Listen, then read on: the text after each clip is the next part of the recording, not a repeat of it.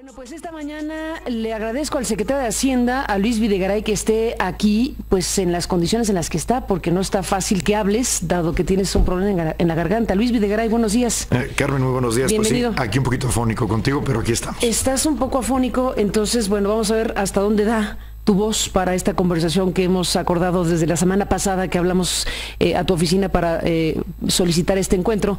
Y bueno, pues es el momento en que estás aquí en este estudio para hablar de varios ángulos del asunto. Desde luego estamos en el momento clave de un proceso de reformas, de 11 reformas de trascendencia, y estamos en la fase de la instrumentación. En el caso de estas 11 reformas está la reforma que yo le llamo la reforma madre, que es la energética y todo lo que eso involucra. Déjame iniciar, Luis Videgaray, con este punto. En una visión global, después de las 11 reformas, incluyendo asuntos que tienen que ver con el fisco, con el sistema financiero, con la hacienda pública, con el petróleo, con la energía, como postura del gobierno federal, después de 20 meses de un proceso reformatorio, ¿qué sigue? Y después de todo esto, ¿hacia dónde se dirige este asunto? Gracias, Carmen. Lo que sigue es poner las reformas en acción. Hemos culminado como país una etapa muy exitosa de cambios en el Poder Legislativo. Es un éxito de nuestra democracia. Y ahora lo que corresponde es que estos cambios, que yo me atrevo a calificar de proporciones históricas, se reflejen en la realidad de las y los mexicanos. Es un proceso de implementación. Significa que las reformas tienen que traducirse en beneficios tangibles para la gente. Algunas reformas, por ejemplo la reforma financiera, que entró en vigor desde enero de este año, ya está en un proceso franco de implementación, y empezamos a ver algunas cosas nuevas en el sistema financiero. Por ejemplo, hoy el presidente de la República anunciará en Guadalajara una serie de nuevos productos financieros de crédito para el campo, muy concretos. Otras reformas de más reciente aprobación, como es el caso de la reforma energética, está empezando su fase de implementación. Y creo que los anuncios que hizo el presidente al momento de aprobarse la reforma energética son una buena noticia de que el gobierno de la República va por una implementación completa y rápida de la reforma energética. Los beneficios de las reformas no se van a dar por arte de magia, no son instantáneos, requieren un proceso serio, responsable, muy eficaz de implementación, y eso es lo que está trabajando el gobierno de la República. En el caso de la reforma energética, el presidente anunció 10 acciones concretas que empezaron la semana pasada con el anuncio de la Secretaría de Energía de las asignaciones que conservará Pemex en respuesta a la solicitud que hizo Pemex, la llamada Ronda Cero, y el anuncio de cuáles serán los campos de manera preliminar para la ronda número 1, que será las licitaciones que empezarán en el primer semestre del año que entra. Pero también tienen que crearse nuevos organismos, por ejemplo, el nuevo SENACE y el nuevo SENAGAS, que son los órganos controladores de los sistemas de electricidad y de distribución, transmisión y distribución de electricidad y de gas también, el SENAGAS. Tienen que hacerse una serie de nombramientos, particularmente en los órganos reguladores, en el Fondo Mexicano del Petróleo y por supuesto en los consejos de administración de Pemex y de la CFE. Hay una cantidad importante de reglamentos que derivan de la propia legislación secundaria que salen, y todo este proceso, la creación de los órganos será en agosto. Los nombramientos se propondrán también antes de que termine el mes de agosto al Congreso de la Unión, particularmente al Senado, que es quien tiene la facultad constitucional de aprobarlos. Los reglamentos, el presidente ha comprometido que estarán todos publicados en el mes de octubre. Es decir, es un proceso amplio de implementación de la reforma que es necesario para que los beneficios para la economía nacional y para la economía de las familias mexicanas se perciban en un plazo razonable de tiempo. No vamos a ver los beneficios de la reforma energética la semana que entra. Los vamos a ver conforme las inversiones se vayan realizando, conforme vayamos sustituyendo, por ejemplo, combustibles caros y muy contaminantes como es el combustóleo o el diésel en la generación de electricidad, los podamos sustituir por gas natural cuando tengamos la infraestructura, cuando tengamos las inversiones que nos permitan producir electricidad más barata y que baje el precio de la luz para las empresas medianas y pequeñas y sobre todo para las familias mexicanas. Es un proceso de implementación que requiere muchas acciones de gobierno. Lo importante es que tenemos claridad en cuáles son estas acciones y el gobierno está trabajando en ello. Bueno, pues aquí se abre el debate total sobre el significado y alcance de estas reformas y particularmente de la energética y petrolera. Tú planteas, y esa es la oferta gubernamental, que esto se verá en un plazo determinado para que estos beneficios de la reforma se extiendan a la población. Esa es una manera de entender esta reforma, que es la que el gobierno está impulsando. Otra manera de ver esta reforma tiene que ver con miradas muy críticas que hemos escuchado, Luis Videgaray, que afirman, no, frente a lo que estamos es frente a un cumplimiento del mandato de los Estados Unidos, porque la verdadera necesidad de esta reforma proviene de ahí, proviene de una necesidad de la potencia de tener más petróleo, a pesar de que ha tenido su propio desarrollo en esta materia Estados Unidos, pero tenemos claramente a un país que devora petróleo de otros, y este motor principal de por qué hacer una reforma así, por qué un país al que le quedan 9 o 10 años de reservas probadas va a abrir a un proceso intensivo de explotación petrolera cuando estamos con un recurso no renovable, y la racionalidad de la reforma es un tema que en el debate público pues sigue abierto. Y yo creo que seguiremos debatiendo el tema de nuestro petróleo y la riqueza petrolera nacional, como lo hemos venido debatiendo durante años y décadas, y lo seguiremos debatiendo. La reforma energética se construyó a través de un proceso de debate muy amplio. Fue hace ya un año que se presentó la iniciativa de reforma constitucional al Senado, precisamente en agosto del año pasado, y desde entonces ha habido un proceso intensísimo de debate y hemos escuchado, creo que todas las posiciones. En los medios de comunicación también ha habido espacios muy oportunos de debate. Aquí hiciste una mesa pues, que duró varios meses, y creo que fue una mesa además de interesante, oportuna también. Entonces escucharon las diferentes voces. Hace rato escuchábamos a la senadora Dolores Padierna con su opinión, quienes tuvimos el interés de seguir de cerca el debate en el Senado, en la Cámara de Diputados, de regreso en el Senado. Pues fueron muchísimas horas de debate público, y es un hecho que hay diferentes posiciones, pero hay algunos datos que no podemos obviar, independientemente de nuestras posiciones o preferencias políticas. Primero, es un hecho que la producción de Pemex ha venido declinando en los últimos años. Por ahí de 2003 producíamos 3.3 millones de barriles. Este año esperábamos que Pemex produjera en 2014, así está en la ley de ingresos, 2.520.000 barriles diarios. No va a llegar a esa cifra, va a ser una producción, Pemex ya nos ha alertado, una producción menor. En los próximos días Pemex estará dando información al respecto. Y esto a pesar... Producción menor a la que estaba estimada en la ley de ingresos. Pemex va a dar seguramente en los próximos días información detallada al respecto.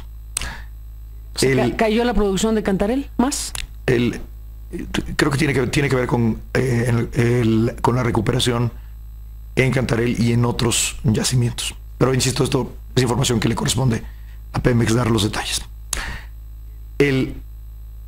La caída de la producción se está dando al mismo tiempo que estamos multiplicando la inversión pública en Pemex. ¿Cuánto invertíamos en ese 2003 en Petróleos Mexicanos en dólares, para poner cifras comparables? Invertíamos un poco menos de 7,000 millones de dólares. Hoy, ¿cuánto invertimos en Pemex? ¿Cuánto dinero público le estamos destinando a invertir en Pemex? Estamos invirtiendo el equivalente a 27,000 millones de dólares. ¿De 7 a 27,000? Entonces, esos son datos incontrovertibles. ¿De 7 a 27,000? Aumentamos la inversión, sí, que hace Petróleos Mexicanos de 7,000 millones de dólares. ¿En qué año? En 2003.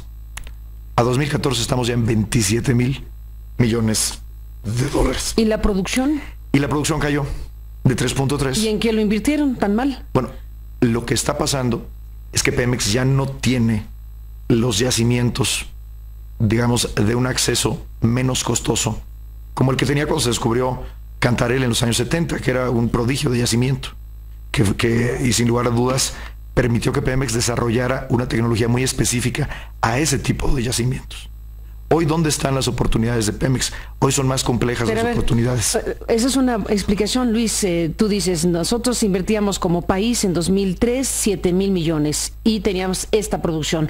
Pasan los años y ya le estábamos invirtiendo 27,000. No, este año estamos invirtiendo 27,000 con una producción en declive. La pregunta es, porque es más difícil acceder efectivamente al petróleo y los recursos de inversión se hacen más costosos para sacar más petróleo al respecto, o bien porque fue un diseño de inversiones errado. En parte, y yo creo que la explicación fundamental es que son inversiones son yacimientos mucho más difíciles, geológicamente, técnicamente más complicados. Y hay que reconocer que para muchos de estos yacimientos Pemex no tenía la experiencia, la tecnología que sí tiene para yacimientos en aguas someras, como es el caso de un yacimiento como Cantarell. El ejemplo de Chicontepec, que comentábamos hace un momento fuera del aire, es un ejemplo interesante. Es un yacimiento que sabemos que tiene petróleo, está ahí. Pemex ha invertido cantidades enormes, miles de millones de dólares en el proyecto de Chicontepec a lo largo de los últimos 6 o 7 años, y sin embargo el rendimiento que hasta ahora ha dado Chicontepec está muy por debajo de lo que el propio Pemex esperaba hace 5 o 6 años. Pero ahí están los documentos presentados al Consejo de Administración. A ver, ahí tocas un punto importante y lo mencionabas precisamente porque veníamos de oír a Dolores Padierna sobre el tema, donde, a ver, déjame hacer un breve resumen y vamos a ese punto. Dice la legisladora, a ver, Pemex pidió el 100% de las reservas probadas, de lo que ya tenía y de lo que está como seguro para México, ¿no? Pero al final de cuentas no le dieron el 100%, sino el 97%.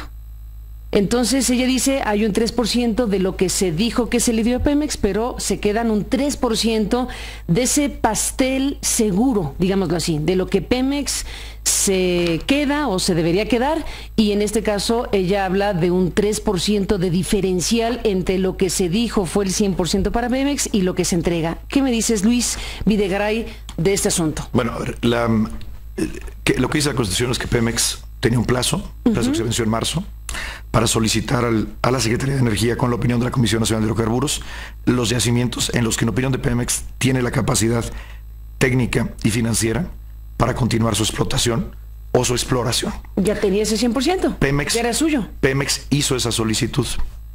De las reservas, los ingenieros petroleros, los especialistas, las dividen en 3 categorías, las llamadas 1P, 2P y 3P, que han sido tema de discusión en esta mesa a lo largo de los últimos meses.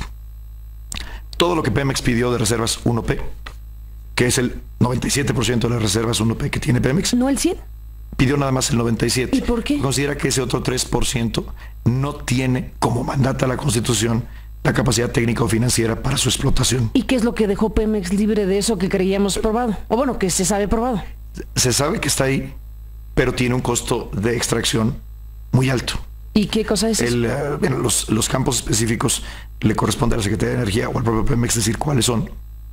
Pero el 97% de las reservas de los campos que están hoy produciendo, es decir, donde hay un 90% o más, desde que hay petróleo, esas son las reservas 1P. Pero la razón por la cual ese 3% no lo pide Pemex y por lo tanto no se lo dan es porque no tiene capacidad tecnológica para explotarlo. Porque Pemex considera que no tiene la capacidad tecnológica o financiera. El hecho de que las reservas estén ahí, bueno, al 90%, pero el hecho de que las reservas estén ahí 1P. No necesariamente significa que sean económicamente rentables, ese 3%. O sea, pueden los geólogos dar con una alta probabilidad, 90%, de decir, en este campo de petróleo, pero es un campo muy complicado. Pero el 90% son casi probadas, o sea, es un pedazo de pastel muy apetitoso. Okay. ¿Cuánto nos costaría? Habría que preguntarle a Pemex cuánto nos costaría, incluyendo la inversión, sacar esos barriles de petróleo de ese 3%. Lo que es un hecho es que del otro 97%, Pemex dijo, yo sí puedo, tengo la capacidad técnica, humana, financiera para sacarlo, y se le dio la totalidad de lo que Pemex solicitó. Y ahí vamos, Luis Videgaray, al tema de que ya Pemex tiene lo que ya tenía y se le refrenda de esta manera con la ronda cero. Y entonces uno dice, y también lo plantea Dolores hace unos momentos, si Pemex ya tenía todo eso para continuar con su actividad petrolera, a honras de que dice, de eso que yo tengo, ahora voy a buscar unos socios o gente que invierta para asuntos que uno daba por hechos, Chicontepec y Burgos, por ejemplo. El caso de Chicontepec, ¿qué es lo que está diciendo Pemex? No es petróleo, que ya son reservas seguras, que ya están ahí es petróleo que en actividad. Que ya fue asignado a Pemex y que Pemex va a conservar. Lo que está diciendo Pemex, regresamos al ejemplo de Chicontepec, dice, no tengo la tecnología apropiada para extraer de manera eficiente. Pero sí se lo quedó. Los recursos que sabemos que están ahí, claro que se los quedó. Eso ya ocurrió en la ronda cero. Se los quedó, pero los va a compartir ahora. Pero lo que va a hacer es, va a buscar un socio que le dé la tecnología para hacerlo. A ver, la estimación que tiene la Secretaría de Energía y la Comisión Nacional de Hidrocarburos es que para recuperar la plataforma de producción, para llegar en 2025, es decir, dentro de 11 años, a un nivel como el que teníamos hace 10 años, hace 11 años, 2003, de 3.4 o 3.5 millones de barriles diarios, necesitaríamos estar invirtiendo más o menos el doble de lo que hoy en día invertimos. Hoy invertimos 27 mil millones de dólares. Tendríamos que estar invirtiendo entre 55 o 60 mil millones de 50 mil o 60 mil millones de dólares al año. La pregunta interesante es, ok, si seguimos con el modelo previo a la reforma energética, ¿de dónde van a salir? La solución, el único camino que tendríamos es que o Pemex o el gobierno federal se endeuden para tener esa inversión incremental. Ese modelo ya lo ensayamos una vez, y lo ensayamos en los 70s y principios de los 80s, y nos llevó a una crisis de endeudamiento importante. ¿Cuándo? Pues cuando bajaron los precios del petróleo. Porque endeudarse para una actividad que por naturaleza es riesgosa, pues es un riesgo ya no solamente para Pemex, es un riesgo para el país. Esa argumentación cabe para todo lo demás, pero no para una parte donde tienes 90% de probabilidad, como este pedazo de pastel de que hablamos. Pero si no tienes la tecnología, lo que haces es buscas un socio tecnológico. Pero si tienes reservas con ese índice probabilístico, ahí sí cabe el endeudamiento. ¿Para qué le entregas esa parte a las transnacionales cuando tú tienes? A ver, pero no tienes en esta parte. A ver, esa es una buena. Pero estamos hablando de los campos que conserva Pemex. Por eso los conserva Pemex. No le íbamos a dar campos con 90% de probabilidad al sector privado. No, se los queda Pemex, pero le das a Pemex eso y lo primero que hace Pemex es decir, de estos, de Burgos y de Chicontepec, voy a buscar inversionistas que vengan aquí a invertir. Que me den la tecnología que hoy no tiene Pemex. Y entonces tendrá que compartir sus utilidades o su producción de eso que es altamente rentable, probabilísticamente muy rentable. Ese pedazo del pastel, antes de hablar de lo prospectivo. Vamos a hablar de las reservas 1P en Chicontepec. A ver, venga. Si fueran tan seguras como estamos diciendo en términos económicos, ¿por qué un campo que debería de estarnos dando por lo menos 500,000 barriles diarios nos está dando menos de 100,000? Sabíamos desde hace 10 años, para hoy ya nos debería estar dando, por lo menos, no en mal escenario, 500,000. A ver, un dato. Chicontepec. Y nos está dando menos de 100,000. Chicontepec. Entonces no está seguro. A ver, Chicontepec. No está seguro. Hay quien dice, Chicontepec debería dar 1 millón de barriles. Tú dices, ahorita nos tendrá que dar 500,000 barriles y nos está dando 100,000. El tema es por ineficiencia de Pemex, es porque no tenemos tecnología, es porque no pudimos sacarle a Chicontepec el 1,000,000 de barriles diarios. Porque no hemos podido todavía. Y eso que está ahí probada, la reserva. O sea, tenemos una reserva probada y en lugar de decir, ¿cómo hacemos para que esa reserva probada, porque ese es el tema en este pedazo de la conversación, esa reserva probada, ¿por qué no el Estado mexicano? Ahí sí tiene una lógica de endeudarse en ese proyecto porque tienes 90%. Oye, llevamos 10 años haciendo eso. Bueno, y entonces... Llevamos 10 años endeudándonos para sacar petróleo de Chicontepec. Si fuera tan seguro, como hace un momento comentábamos Pero es que... la probabilidad... Pero frente a qué estamos, ahí la probabilidad geológica no es lo mismo que seguridad económica y rentabilidad para Pemex. Porque no todo el petróleo que está en el subsuelo, aunque los geólogos nos digan, sí, ahí está con 90% de probabilidad, es fácil de sacar. Hay campos que son rete complicados, incluyendo los... Chicontepec ha demostrado en los hechos ser brutalmente complicado. Yo creo que los ingenieros de Pemex, los especialistas, han puesto su mejor esfuerzo y se han encontrado frente a un reto técnico geológico muy diferente al que han encontrado en otros campos donde Pemex ha sido muy exitoso. ¿Qué es lo que está diciendo Pemex? ¿Podemos seguir por este camino y seguir endeudando a petróleos mexicanos? ¿O por qué no buscamos a un socio que tenga experiencia en este tipo específico de campos, que nos aporte tecnología y que comparte el riesgo ya no de exploración, es el riesgo de extracción? A pesar de que sea el territorio de las llamadas reservas seguras. ¿Y qué pasa con Burgos? A ver, Carmen, hay que ser muy cuidadosos cuando decimos reservas seguras, porque una cosa es que tengamos el riesgo de exploración bastante ya acotado, Luis, y otro es el riesgo de extracción. Oye, Luis, yo no las puse en la P1. ¿Están ahí? Desde el punto de vista geológico. Son P1. Claro que son P1. No lo dije yo, lo dicen ustedes que dicen P1, P2 y las P prospectivas. Llevan muchos años en la P1 y el problema es que no han podido salir. Necesita Pemex, es lo que Pemex está proponiendo.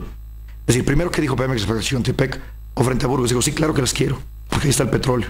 Y eso, como Estado mexicano, no lo vamos a compartir. Ese contrato, ¿para qué se lo vamos a dar a alguien más? Ahí está el petróleo. Pero lo que también tenemos es una empresa petrolera que lleva años tratando de sacar el petróleo de ahí y que nomás no puede. Y lo que está diciendo con mucho sentido común es, oye, vamos a buscar un socio que sepa hacer esto y que nos aporte la tecnología y la experiencia para finalmente sacarlo. Es lo que ha venido haciendo Pemex. ¿Y ni así? Y no ha podido.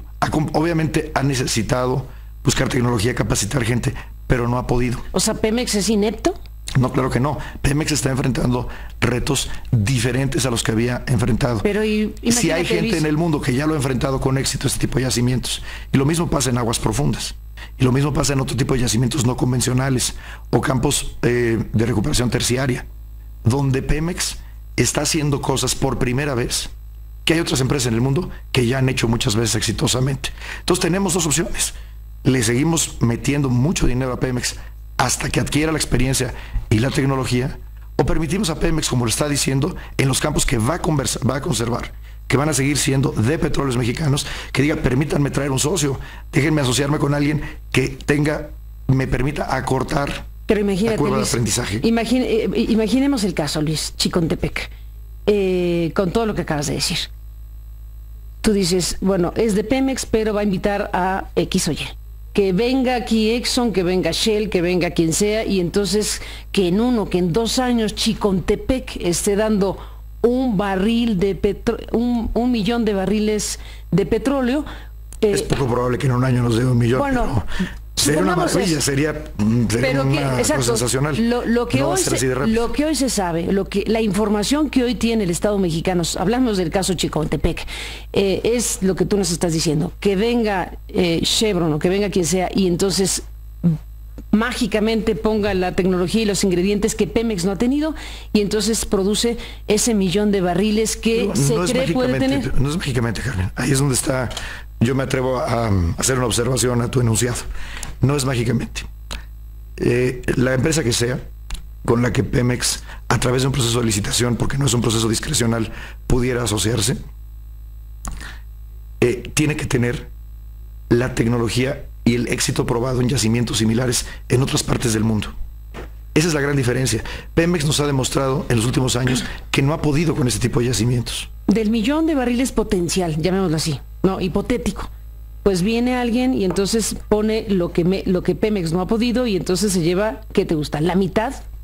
Eso se va a definir. ¿Pero más o menos? En una licitación. ¿Pero más o menos? ¿En qué rangos, Luis, se va a repartir? Se tiene que definir en una licitación y cada contrato será diferente. Imagínate. La variable de asignación es precisamente, son 2 variables de asignación, así lo establece la ley secundaria. Primero, ¿qué porcentaje se le ofrece al Estado mexicano o en el caso de asociaciones con Pemex, a Pemex? Que mientras más alto sea el porcentaje que conserva petróleos mexicanos, más probabilidad tiene el licitante de obtener el contrato. Y el otro, el plan de inversión, porque no queremos a alguien que venga a decir, bueno, yo te ofrezco el 99% del petróleo, pero voy a invertir cualquier cosa. Tiene que tener un plan de inversión serio, además de estar previamente calificado. Luis Videgaray, secretario de Hacienda, bueno, con el esfuerzo que estás haciendo con tu voz, déjame preguntarte sobre lo prospectivo. Porque estamos aquí frente a la reforma radical que cambia paradigma y que en todo caso nos obliga a preguntar, ¿qué significa esto? Efectivamente, no tenía de otra el Estado mexicano, no había otro camino, no había posibilidad de una buena recomposición de Pemex para hacerlo funcional, para que el asunto pudiera ser de otra manera, sin tener que abrir la puerta a que otros vengan y repartamos el pastel, que es finalmente los recursos nacionales, o se entregue una parte de esta posibilidad a transnacionales o a nacionales, que ese es el tema. Ese es un asunto. Ustedes dicen, no había de otra. No, sí había de otra, y te digo cuál. A ver. Lo mismo que hicimos en los 70s, lo que se hizo en el gobierno de López Portillo. ¿Qué fue? Endeudar al país. Endeudar al país, apostando que el precio del petróleo se va a mantener siempre alto, que vamos a seguir descubriendo petróleo fácil, como ocurrió en Cantarell, y tomar ese riesgo como país. A lo mejor nos salía bien, pero a lo mejor nos volvía a salir muy mal. Hablemos de riesgos de país. Esa es una apuesta que como país ya corrimos alguna vez. Por supuesto que había otro camino distinto al de la reforma energética, un camino que México ya recorrió y con consecuencias a la postre lamentables. Hablemos de riesgos. Tú dices, se optó por esto y este es el modelo nuevo en el cual México verá en los próximos años cambio de ejes.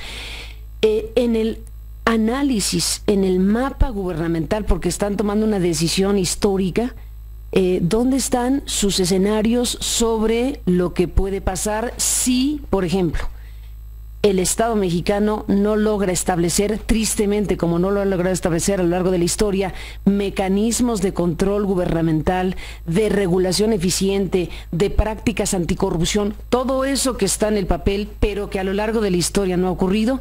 Si no cumplen la parte correspondiente a este tema de supervisión, regulación, etcétera, qué horror, vuelvo a citar al gobernador de California, nos van a comer vivos. Esta posibilidad, este rango de riesgo real de que al abrir la puerta de par en par, las transnacionales y los grandes entes económicos cuya naturaleza es el lucro, y eso es obvio, pueda convertirse en una masiva práctica de explotación petrolera energética con tintes de depredación, con tintes de intensiva inversión que en pocos años signifique que las reservas que ya teníamos para 9 años se esfumen y que a lo mejor sí o a lo mejor no, las otras que se consideran hipotéticamente en el escenario sucedan o no sucedan.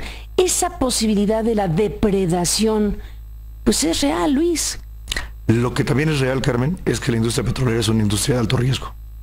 Y como país, decíamos hace un momento, hay dos caminos. Uno, el que ya recorrimos, con consecuencias muy lamentables. Que todo el riesgo lo asuma el Estado mexicano, el riesgo de si sube o baja el precio del petróleo, o si cada vez es más difícil encontrar petróleo barato, petróleo fácil. Tenemos otra opción, que es la opción que se presenta en la reforma energética, que por cierto es hacer lo que hace el resto del mundo. Pero a ver, que es hacer lo que hace el resto del mundo en el sentido de que de compartir riesgos. Compartir riesgos, que no toda la deuda la tome el gobierno mexicano, que tengamos gente que tenga capacidad, que tenga tecnología para compartir el riesgo con el Estado mexicano, si baja el precio del petróleo, o si un campo que nos dijeron que iba a producir 1 millón de barriles diarios dentro de 10 años, solo produce 150,000. Pero ese riesgo, en todo el mundo, los estados lo comparten. Porque no hace mucho sentido que la población tenga que sufrir las consecuencias económicas de un sobreendeudamiento del gobierno, o de Pemex, que a final de cuentas es parte del gobierno, cuando por ejemplo se caiga el precio del petróleo. Pero me estás hablando, Luis, de otro tipo de riesgo, que estoy de acuerdo contigo. Entonces vamos a la opción.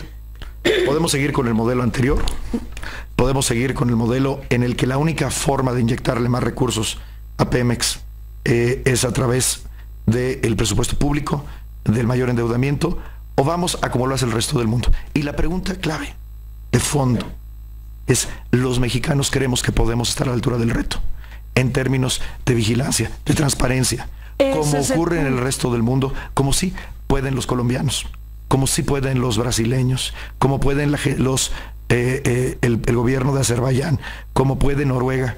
¿Y por qué México no va a poder? Porque no ha podido. ¿Qué tenemos los mexicanos que en México nos postramos ante un reto de esta naturaleza? ¿Creemos o no creemos que podemos construir instituciones democráticas, transparentes y fuertes? Mi convicción es que sí. Y esa es la apuesta que estamos haciendo. Podemos tener dos visiones de dos Méxicos, Carmen. Un México que se derrota ante sus propios temores.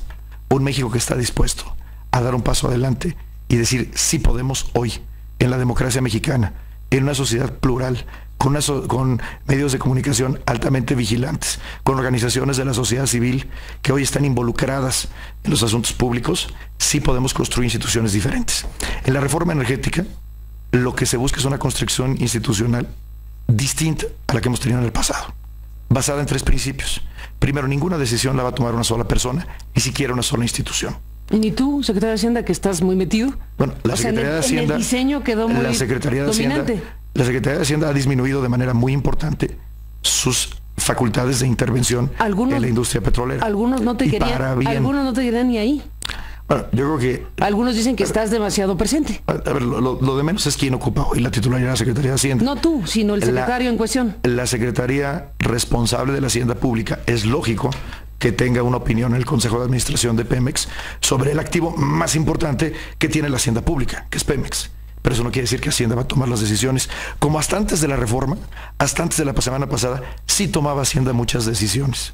Y hoy te lo digo a cabalidad como secretario de Hacienda, que bueno que Hacienda ya no tiene las facultades que tenía cuando inició esta administración y que tenía desde el año 1964, cuando se decidió que Pemex estuviera sujeto al control presupuestal directo. Pero regresemos al punto, Carmen. Regresemos al punto. Podemos como país, sí o no, hacer lo que hace Colombia, hacer lo que hace Brasil, lo que hace cualquier otro país, de tener instituciones en la democracia con participación y vigilancia ciudadana que nos den una relación distinta. Eso solo, Luis, lo van a demostrar en los hechos. Eso solo lo van a demostrar cuando efectivamente veamos que se combate a la corrupción en la práctica cotidianamente como una política de Estado, como algo que sea funcional, eficaz, no efectista, no agarrar a un pez gordo y después olvidarse de la historia. Decíamos que son 3 principios para que funcione, estemos como país a la altura del reto de la nueva industria petrolera y de gas también. Primero, no podemos poner todas las decisiones en una sola persona. Ni en la Secretaría de Energía, mucho menos en la Secretaría de Hacienda, obviamente, ni siquiera en Pemex. Hay un conjunto de pesos y contrapesos de instituciones públicas que van a interactuar. Y los procesos tienen procesos de vigilancia entre diferentes instituciones del Estado. Segundo, las decisiones clave, la asignación de los contratos, la vigilancia de los contratos no están en manos del Ejecutivo Federal. Las van a tomar órganos reguladores cuya integración le corresponde al Congreso de la Unión. Un segundo. Son órganos con autonomía. Un segundo aquí. Déjame hacer una pausa, Luis Videgaray, secretario de Hacienda, y vengamos a ese punto. Porque podemos tener en el papel, en la Constitución, en las leyes secundarias y reglamentarias, un modelo magnífico de órganos reguladores, y aquí nos detenemos para ir a la pausa y regresamos. El asunto es quién va a estar ahí. Los perfiles, el proceso de selección de estos personajes que a la hora de la hora van a tomar decisiones a nombre de la sociedad mexicana en lugares vitales, la asignación de contratos. Tú dices, yo no voy a ser, no va a ser el presidente, ni yo tampoco voy a decir quién se gana el contrato, etcétera, pero sí va a ser... Ni la Secretaría de Energía tampoco. Pero sí van a ser personas. Y aquí entramos a un proceso que México no ha resuelto bien, tristemente, a lo largo de su historia, aún en su historia parte transicional, con los órganos autónomos del Estado o los órganos colegiados del Estado, etcétera, etcétera. Hay casos para ilustrar el tema, pero la preocupación es real. Después de la pausa, regresamos.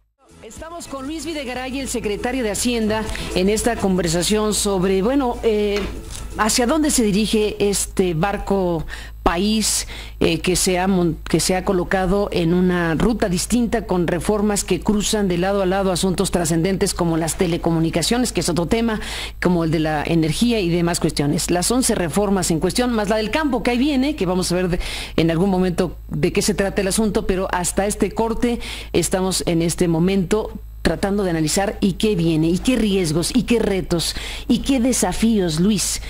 Y me quedé en un punto que me parece muy importante. Tú me reviras y me dices, ¿a poco México no puede tener órganos reguladores eficientes? ¿A poco México no puede tener prácticas de Estado y de gobierno ajenas o ausentes de corrupción? Bueno, si me lo preguntas así, yo digo, bueno, claro que podemos y debemos, y es una aspiración, y si no creemos en eso, pues estamos fritos. La pregunta, Luis, es si en el México de hoy, 2014, hemos o no construido, y me temo que no del todo, los elementos democráticos necesarios para que las decisiones que vienen, desde las asignaciones de contratos y todo lo derivado, que puede convertirse en un fenómeno de corrupción a gran escala si no tenemos los elementos reguladores eficientes y apropiados, yo te digo, ¿de verdad México está en este momento para dar este paso sin el riesgo de que no tengamos eficientemente una fiscalía anticorrupción, que estamos por ver eso, que no tengamos órganos supervisores de a de veras, que los personajes que se van a elegir para ser los grandes reguladores a los que les vas a dar la llave o les estás dando la llave para asignar contratos multimillonarios? ¿Qué garantías tiene realmente México de que en esta fase de país y con nuestro actual andamiaje institucional no es un error histórico hacerlo sin haber garantizado lo anterior, sin haber garantizado que aquí no va a ser una ronda enorme de asignaciones de contratos y de beneficios privados lejos del interés público? Ese es el tema. Carmela, lo que estamos discutiendo yo creo que es una de las discusiones más importantes que debemos de tener como mexicanos, y cómo nos vemos hacia el futuro. ¿Podemos o no podemos en el México de hoy? Con lo que tenemos hecho hoy. Democrático, plural, con una sociedad altamente participativa, con plena libertad de expresión. A ver, déjame, te interrumpo, como me interrumpiste hace ratito. Una sociedad, espérate tantito. Abusas de que traigo la voz. Bueno, a ver, dame un segundo. Es que acabas de hacer una frase muy importante. Tú dijiste un debate democrático, lo podemos discutir. Tú dijiste una alta participación de la sociedad. ¿De veras? ¿De veras puedes sostener la frase? A ver, por supuesto que sí. ¿Cuánta gente está oyendo este programa? ¿Cuánta gente ha escuchado las mesas de debate que has escuchado, que has hecho aquí durante meses? Sobre un tema que igual muchos pueden decir, no, hombre, eso es muy técnico. La gente prefiere ver el fútbol. Pero tú tienes el fútbol, cientos se cruzó de en el miles, camino, ¿no? Por tienes cientos de miles de radioescuchas que hoy, pudiendo estar escuchando música, pudiendo estar escuchando cualquier otra cosa, nos deciden escuchar a mí y a ti, y te escucharon durante meses en una mesa que estoy seguro seguirá sobre el debate de la reforma energética, porque tenemos una sociedad que le interesa lo que está pasando en los asuntos públicos. ¿Cuántas solicitudes de información tenemos hoy a través del IFAI? Pero a ver, te agradezco ¿cuántos asuntos tu públicos, generosidad. ¿Cuántos asuntos públicos se han develado gracias a una sociedad, a organizaciones que hoy cuestionan al poder público? Eso no existía en el México de hace 20 o 30 años. Te agradezco tu generosidad y tu opinión sobre el alcance de este humildísimo programa de radio. No somos el Canal 2, no es el gran aparato mediático que hoy, por cierto, está pues en una nueva actividad a posteriori. Una vez aprobadas las reformas, se abren espacios amplios de análisis y ese tema es muy importante. En realidad lo que tuvimos, Luis, fue una larga exposición, déjame decirlo así, propagandística, pero esencialmente un debate nacional. La verdad que no lo hubo. Yo creo que sí, lo tuvimos. Ahí permíteme diferir, Carmen. Lo tuvimos, y lo tuvimos, por ejemplo, en el Congreso. Fue un debate bien interesante, muy interesante, donde vimos posiciones, donde vimos datos, donde vimos convicciones diferentes. No todo en México, no todo el mundo en México debe de pensar igual. Qué bueno que no es así. Nadie dice y a eso. Final de cuentas se tomó una decisión por una mayoría en el Congreso, primero la reforma constitucional y ahora en las leyes secundarias. Y eso creo que habla muy bien de la capacidad de las instituciones democráticas de México de resolver por las vías de la democracia, en este caso la democracia parlamentaria, un tema de significado histórico tan profundo como es una reforma al petróleo en México. Sí. Y decíamos hace un momento, Carmen, sobre nuestra capacidad para construir órganos que puedan cambiar la realidad mexicana para bien en temas delicadísimos. ¿Qué tema más delicado para la economía nacional que la emisión del dinero? Desde hace poco más de 20 años que tenemos un Banco de México autónomo, por cierto, con un proceso de nombramiento de sus junta de gobierno muy parecido al que se va a aplicar ahora para la CNH y para la Comisión Reguladora de Energía, ha cambiado radicalmente la política monetaria y el combate a la inflación en México. Tenemos, hoy o no, elecciones más confiables que las que teníamos hace 30 años, o las que teníamos hace 20 años. Es cierto, nuestro proceso es perfectible, pero igual bastante que la política monetaria, pero de que hoy tenemos órganos autónomos que han podido cambiar para bien la realidad de México, por supuesto que lo tenemos. Y ese es el modelo al que estamos apostando, no a un modelo en el que el Ejecutivo, el presidente, el secretario de Energía, mucho menos el secretario de Hacienda, tomen las decisiones de a quién se asignan los contratos. Serán órganos autónomos, con autonomía técnica, con autonomía de gestión, que tomarán estas decisiones de asignación y de vigilancia de los contratos. Pero hay un elemento adicional, que es la vigilancia ciudadana, la transparencia con la que se van a operar estos contratos. En estos contratos no va a existir el secreto fiscal. Los contratos se van a asignar de manera transparente en tiempo real. Toda la información sobre cada uno de los contratos va a estar disponible a lo largo de la vida del contrato a través de la página de internet del Fondo Mexicano del Petróleo y de la propia Comisión Nacional de Hidrocarburos.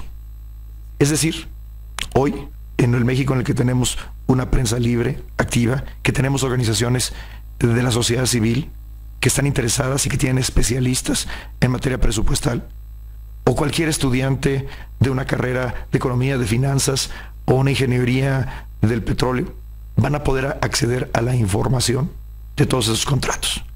Es entonces el diseño institucional por el que estamos apostando, en el que estamos convencidos que México sí puede estar a la altura del reto, como lo están otros países. Es una combinación de 3 elementos: no concentrar las decisiones en una sola entidad o persona, un modelo de autonomía del poder respecto al Poder Ejecutivo y la vigilancia ciudadana a través de una amplísima transparencia. Bueno, eso merecería otras mesas de debate sobre lo que ha pasado en México con ese modelo de órganos autónomos. Desde luego el Banco de México es el mejor ejemplo que pudiste haber traído a la mesa, pero podríamos hablar de otros órganos autónomos. ¿Y qué me dices del INEGI? ¿Quién cuestiona al INEGI? ¿Pero qué me dices del IFAI recientemente? Que tengo aquí una gran duda sobre su actuación reciente. Seamos objetivos con respecto al IFAI y sus más de 10 años de historia.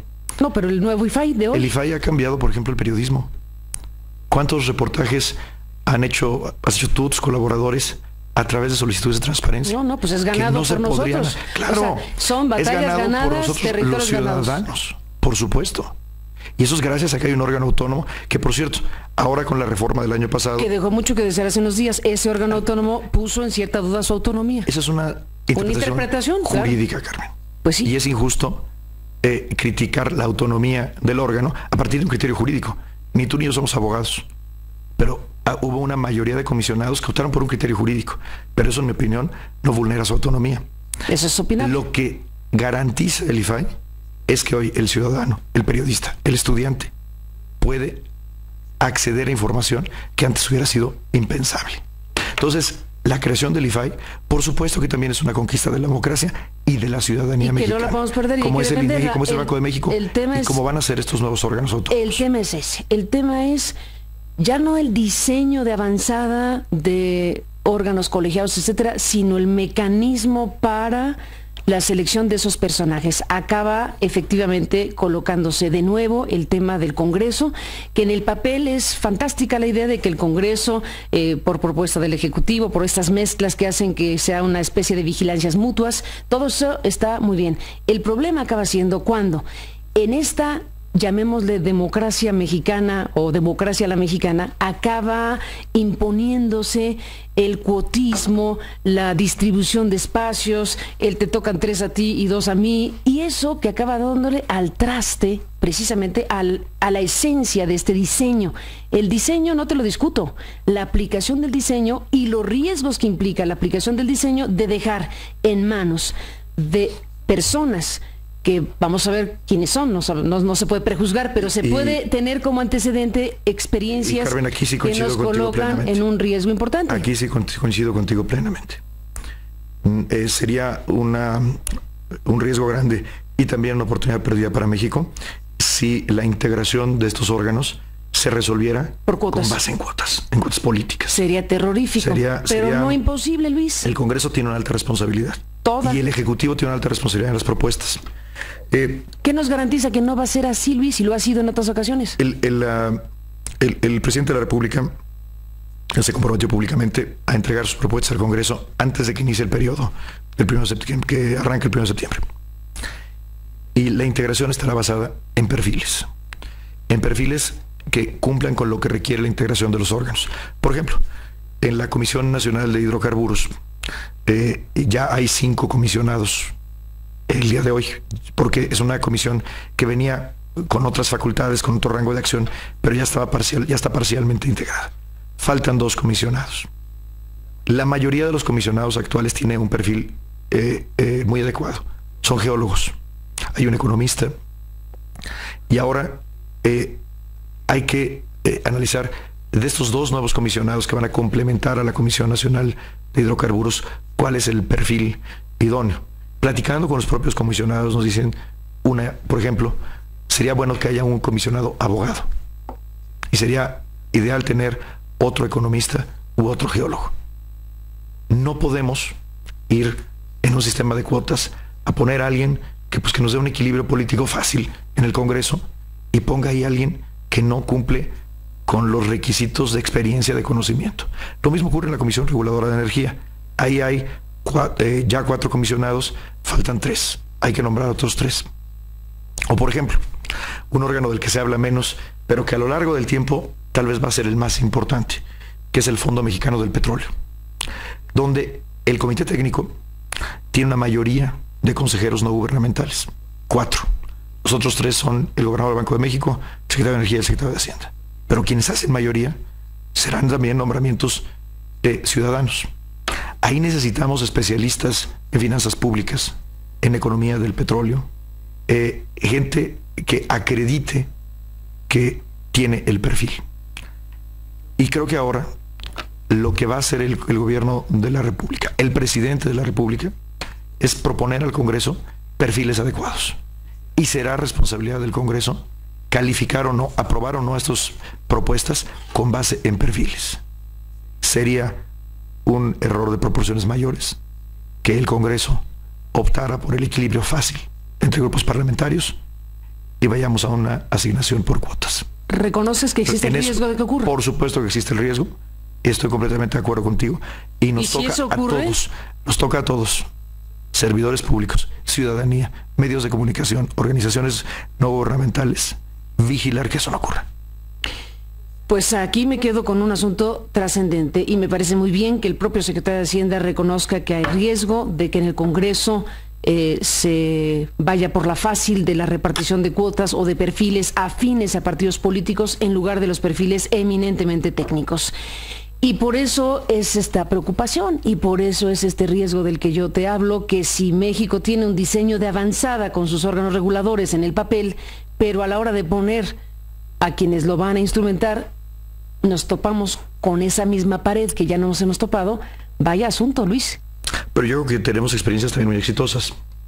Ahí está, insisto, la integración de la Junta de Gobierno del INEGI, la integración de la Junta de Gobierno del Banco de México, donde no ha habido nunca una discusión de cuotas. Es una discusión sobre especialistas. Está el INE, está el IFA y están otros organismos autónomos. Yo creo que en el INE también hay perfiles muy sólidos.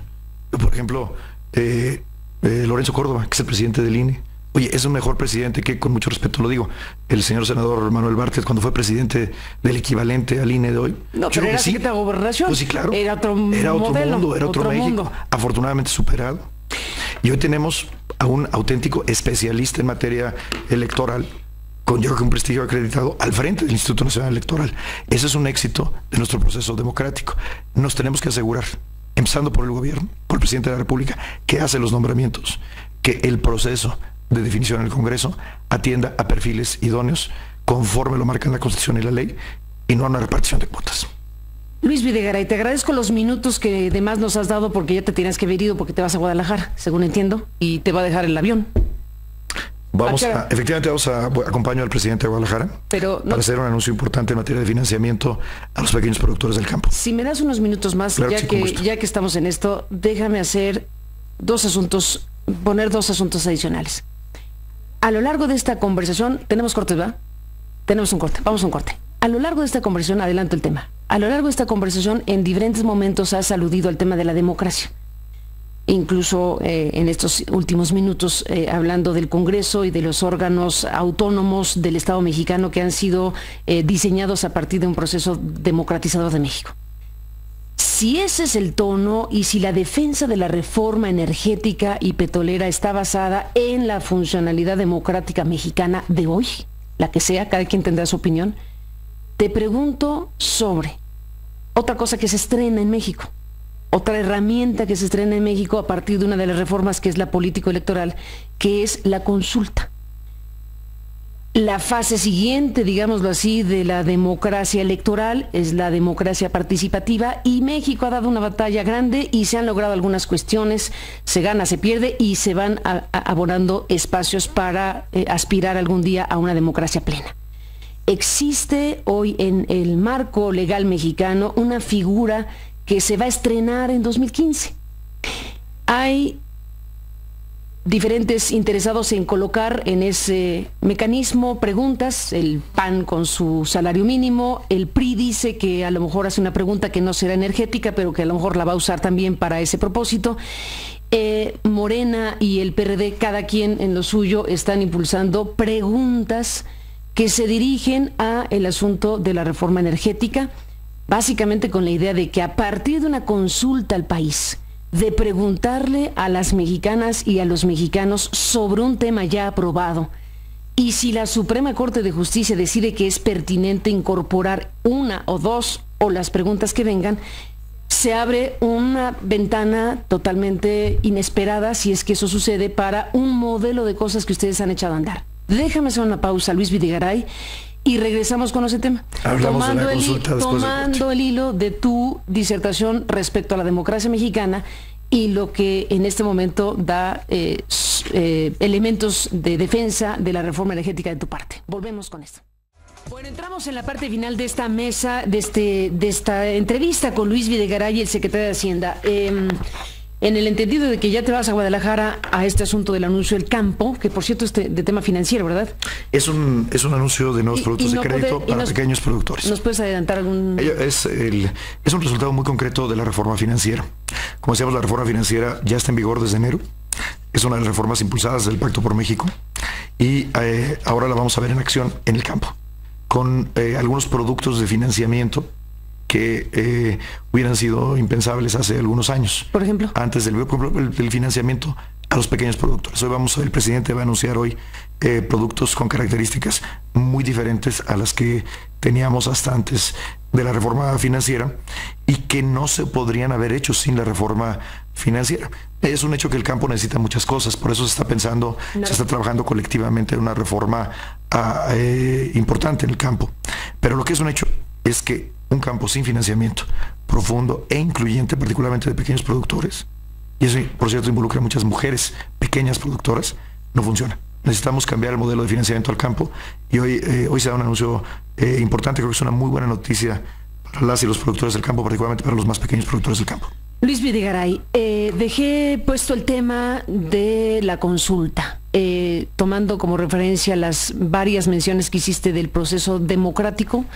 de una cuestión que es debatible, como lo dijimos hace unos minutos, sobre si hubo o no la discusión nacional necesaria, la participación social suficiente, el componente democrático para una reforma de este calado. Tú dices que sí, hay opiniones al respecto contrarias, dejémoslo ahí. Si el talante del gobierno federal para defender su reforma es defender la democracia, pregunto, ¿el gobierno federal daría el paso de ver con ojos positivos una consulta que lleve al tema de la reforma energética a su prueba del ácido? Y la prueba del ácido es saber si la mayoría quería o no lo que hicieron.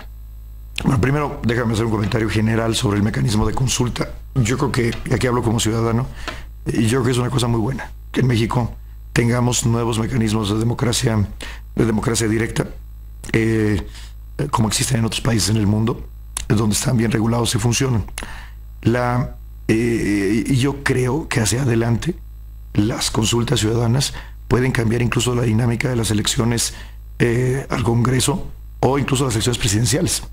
Porque una elección que está acompañada de un debate sobre un tema de interés público, pues sin lugar a dudas es una elección diferente en la que únicamente estamos discutiendo perfiles y programas de candidatos. Hacia adelante, tú hacia adelante. Y yo Pero creo que hablamos de lo que ya pasó. Y yo creo que eso es una buena noticia para la democracia mexicana. Hoy hay 2 propuestas ya de consulta, incluso 3, porque para la reforma energética entiendo que hay 2 procesos de recolección de firmas. Y hoy César Camacho, me dice Olga Carranco, tendrá un anuncio de algo importante. Quién sabe si tenga que ver con eso, porque mandaron un boletín donde hablaban de que estaban pensándose elaborar una pregunta también los priistas. Y Acción así Nacional, que veremos. Y Acción Nacional tiene ya también ha puesto en la mesa una pregunta para la cual también está recolectando firmas, un tema distinto, el tema salario mínimo. Del salario mínimo. Ahora, ¿qué le toca al Ejecutivo en términos de una consulta? Ya tenemos no solamente la reforma constitucional, es el artículo 35 de la Constitución, sino que tenemos una ley que regula la consulta pública, que fue aprobada por una amplia mayoría en el Congreso de la Unión a finales del año pasado. Y se establece cómo participan los diferentes órganos del Estado mexicano en el proceso de consulta. Primero le toca al INE. El INE tiene que validar que las firmas, que tienen que ser el 2% del padrón electoral, por lo menos, estamos hablando de 1.600.000 firmas más o menos, sean de veras, que no sean un invento, que estén ahí. Eso es lo primero que va a hacer el INE. Y después, y viene una parte clave, va a la Corte. La Corte revisa la constitucionalidad de la pregunta, porque la Constitución excluye algunos temas, como por ejemplo la materia electoral. No se puede llevar a consulta popular la materia electoral, o los temas de ingresos y egresos del Estado. No puedes llevar a consulta popular los impuestos, por ejemplo. Pues seguramente todos, tal vez el único que esa sí la perdería la Secretaría de Hacienda solo con el voto del Secretario de Hacienda, a lo mejor, y a lo mejor ni el mío. Porque como ciudadano, pues bueno, todos tenemos una opinión sobre los impuestos. Por eso hay cosas que no se pueden consultar. Esta es la primera vez que vamos a tener un ejercicio de consulta ciudadana, y es la primera vez que la Corte decidirá sobre la constitucionalidad de las preguntas que lleguen, que hayan superado las 1.600 firmas, según el recuento que haga 1.600. el 1.600.000. Perdón, me quité 3 ceros. 1.600.000 en materia electoral. 1.600.000 firmas. Y la Corte va a decidir. ¿Qué va a hacer el Ejecutivo? Va a acatar la decisión de la Corte.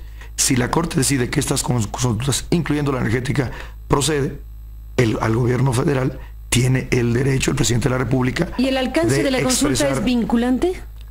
Lo que dice la Constitución es que es vinculante. ¿Y eso se traduciría en este caso particular? En este caso es algo muy interesante para los abogados, para los constitucionalistas, porque la Constitución no es expresa sobre cuáles son las consecuencias específicamente para el poder, en este caso legislativo, porque estamos hablando de cambiar pues leyes o incluso la Constitución. Sé que los constitucionalistas tienen un gran debate sobre si desde la consulta ciudadana se puede o no modificar la Constitución. No me pronuncio sobre el tema, no soy un especialista en derecho constitucional, pero lo que sí te puedo asegurar son 2 cosas. Hoy, ¿cuál es la obligación del Ejecutivo Federal? ejecutar la reforma conforme a la ley que hoy está vigente, y es lo que está haciendo el Ejecutivo. Y si la Corte decide, después de este proceso, que la reforma energética o cualquier otro tema va a ir a consulta, el Ejecutivo Federal expresará durante el periodo en el cual esté abierta la consulta previo a la elección su opinión y dar argumentos a la ciudadanía para apoyar la posición que tenga el gobierno federal. En este caso, por supuesto, sería de un apoyo frontal y claro a la reforma energética. Déjame hacer una pausa, Luis Videgaray, y regresemos en este punto del tamaño que quieras, pero hay un ingrediente de incertidumbre respecto a la viabilidad de una reforma de este tamaño en función de lo que acabas de decir, de algo de lo que ni tú ni yo sabemos, yo menos que nadie, sobre la interpretación que se le tendrá que dar respecto a si se da la consulta, si la Corte decide que hay preguntas constitucionalmente pertinentes para que sean puestas en este mecanismo de consulta directa, y si eso tiene o no efectos vinculantes para el Congreso, y si eso significa o no una posibilidad de que efectivamente esta reforma madre pueda ser revertida a partir de un proceso democrático de esta naturaleza. Después de la pausa, dime cómo cuenta eso a la hora, por ejemplo, de atraer inversiones, por hablar de algo. Volvemos. Bueno, Luis Videgaray, secretario de Hacienda, gracias por estar aquí esta mañana en este programa. Cierro con el punto en donde nos quedamos. El componente democrático, del tamaño que cada quien lo quiera ver, si hubo o no hubo un componente democrático a la hora de procesar una reforma de este tamaño, trascendente, histórica, que cambia los ejes del país y que veremos pues en los próximos años quién tuvo la razón. Que esa es la única manera de saber quién tuvo la razón de un tema que ha dividido la opinión de tal manera que algunos hablan de traición a la patria y otros en la defensa abierta de la reforma. En esos extremos andamos en una discusión abierta que continuará. Ya diste una explicación y tu postura como parte del gobierno mexicano sobre el tema de la consulta, de la posibilidad de una consulta sobre este tema. Veremos qué dice la Corte, si encuentra pertinentes estas que ya se conocen, que son las del PRD y las de Morena sobre la reforma energética, y la que pudiera venir si fuera el caso. Y te dije, del tamaño que sea, pero este ingrediente de incertidumbre respecto a la viabilidad de esta reforma madre es real, está ahí, está en curso. Y no lo sabremos sino hasta dentro de varios meses. ¿Cómo afecta en el mapa general que ustedes tienen de la viabilidad de una reforma? Y te dije, por ejemplo, como indicador, para los inversionistas, ¿de qué tamaño es el tema de la consulta para decidir entrarle o no, o esperarse a que ocurra, con lo cual postergarían los cronogramas que ustedes tienen? Decíamos hace un momento, Carmen, afortunadamente en el diseño constitucional de una consulta ciudadana no participa el gobierno, no participa el Ejecutivo. El Ejecutivo no tiene nada que opinar sobre si procede o no, el tema la no es consulta. Ese, sino... Ahora, el análisis que tienen los equipos jurídicos del Ejecutivo, la Consejería Jurídica, la propia Procuraduría Fiscal de la Federación y otras áreas jurídicas del Ejecutivo estiman, insisto, aquí estoy refiriendo a la opinión que tienen especialistas, en que es poco probable que una consulta como la que están planeadas en materia energética cumpla con los requisitos de constitucionalidad de la Corte, pero eso lo va a decidir la Corte. Pero la opinión de distintos expertos dentro del Ejecutivo estiman que es poco probable. Y creo que a juzgar por la reacción de los mercados financieros y de los potenciales inversionistas, también se tiene un análisis de que es poco probable que proceda la consulta. Pero para el Ejecutivo lo importante es que hoy la obligación que sí tiene el Ejecutivo y lo que sí le toca al Ejecutivo es ejecutar la reforma energética como el resto de las 11 reformas estructurales que han sido aprobadas, y es lo que estamos haciendo con prontitud y a detalle. Luis Videgaray, ustedes van contra varias cosas, contra opiniones críticas o muy críticas y contra las encuestas que no les están calificando del todo bien. Creo que el presidente ha tomado una decisión correcta y valiente, en el sentido, lo dijo muy claro en su primer informe de gobierno, dijo él, no buscó la presidencia para administrar al gobierno, lo buscó para transformar al país. Y cualquier cambio implica polémica, implica incertidumbre, cambios en el ámbito personal, en el ámbito familiar y por supuesto cambios tan profundos como este en la economía y en las instituciones nacionales. Pero yo creo que la decisión que ha tomado el presidente es una decisión correcta, y es una decisión que le da al país condiciones para tener un crecimiento más acelerado al futuro, un desarrollo más equitativo hacia adelante, no solo en lo que resta de su administración, sino que creo que es la parte más valiosa de la decisión del presidente, y no solo es del presidente, hay que decirlo con mucha claridad, del Congreso de la Unión de las Fuerzas Políticas en México. Tendrá consecuencias positivas este conjunto de cambios hacia los años por venir, incluso después de que termine la administración de Enrique Peña Nieto. Y yo creo que eso es algo que debemos aplaudir al presidente y a quienes tomaron la decisión, diputados, diputadas, senadoras, senadores, de transformar a México más allá del cálculo de corto plazo sobre las encuestas. Luis Videgaray, pues se acabó el tiempo. Te agradezco que hayas estado en este programa con la invitación que te hicimos la semana pasada y que se cumplió el día de hoy. Me quedaron varios temas. Brevemente digo dos: salarios mínimos. Tienes una frase que decir para el tema de salarios mínimos, que está abierto el debate. Es materia de tu opinión, supongo. Por supuesto, yo creo que es un debate muy pertinente y hay que tenerlo con toda seriedad. ¿Te pronuncias porque se modifiquen los salarios mínimos vía decreto? Yo creo que hay que hacerlo con una estrategia que prevea cómo mitigamos otros efectos indeseables que puede tener un incremento mal planeado del salario mínimo. Por ejemplo, en aumentar la informalidad, el desempleo entre jóvenes. Un joven que busca su primera chamba, pues muy probablemente hoy le conseguiría a un salario mínimo o algo cercano al salario mínimo porque es su primer trabajo. ¿Qué consecuencias tendría incrementar el salario mínimo si no lo hacemos bien? Por ejemplo, sobre el desempleo entre jóvenes, sobre la informalidad. Por supuesto, ¿qué efectos tendría sobre el precio de la canasta básica, por ejemplo, el incrementar el salario mínimo? Entonces, yo creo que la postura del gobierno es muy clara. Por supuesto que creemos que es una buena idea entrar en este debate y lograr un incremento en el salario mínimo, pero que sea hecho de una manera que el beneficio para la economía sea real y no sea simplemente una pancarta política en un temporada electoral. ¿Te sonó a eso? ¿Pancarta política en temporada electoral? Pues no dejemos que en eso se convierta. ¿Ese aroma tiene? No dejemos que en eso se convierta. Tiene ese riesgo, claro. ¿Ese aroma tiene? Tiene un riesgo de ser una propuesta populista. Y el salario mínimo es algo muy serio. Pero ahí los destinatarios de este comentario son el PAN y Mancera. Somos todos. Somos todos. No permitamos que algo tan importante como el salario mínimo, que es el salario que aquellos trabajadores más pobres ganan hoy en día, se convierta en una pancarta política de una estrategia electoral. Es un tema demasiado serio como para permitir que eso pase. Y lo digo pensando en todos nosotros. Luis Videgaray, se acabó el tiempo. Gracias por estar esta mañana aquí. Estaremos en comunicación, si nos lo permites, para seguir hablando de los temas de la hacienda pública, del gobierno federal, de las reformas y su instrumentación y todo lo que venga en el camino. Estaremos en contacto. Gracias, Luis, por estar aquí esta mañana. Al contrario, Carmen, gracias a ti y gracias por tolerar que venga con esta voz medio afónica y gracias al auditorio también. Al contrario, gracias por estar aquí esta mañana y estaremos en contacto.